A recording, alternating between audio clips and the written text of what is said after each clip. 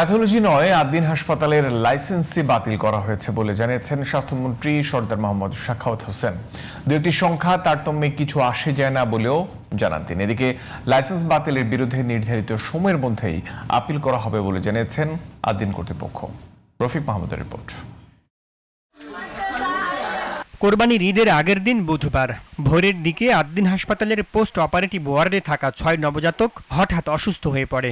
এরপর একে একে মৃত্যু হয় তাদের। এ ঘটনায় শোক ও ক্ষোভের সৃষ্টি হয় দেশ জুড়ে। ঘটনার পরপরই তদন্ত কমিটি গঠন করে স্বাস্থ্য অধিদপ্তর।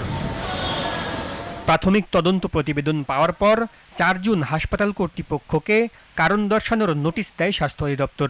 নোটিশে 72 ঘন্টার মধ্যে জবাব চাওয়া হয় কর্তৃপক্ষের কাছে।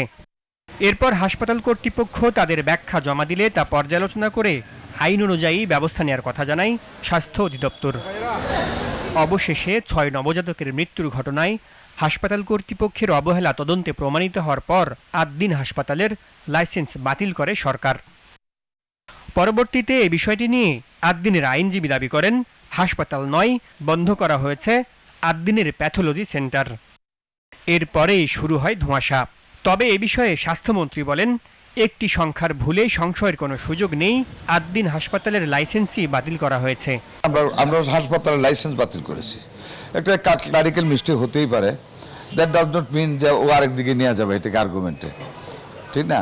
আমরা আমাদের চিঠিতে কি লিখেছি, এর মধ্যে হাসপাতালের লাইসেন্স বাতিল করা হলো, দ্যাট মিনস হাসপাতাল বাতিল করা হলো। নোটিশ যেটা দিয়েছিলাম ওইখানে 59-এর জায়গায় 58 গেছে, that does not mean any difference, it's quite okay.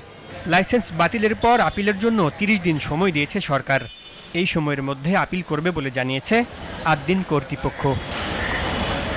Rafiq Mahmud, GTV news, Dhaka.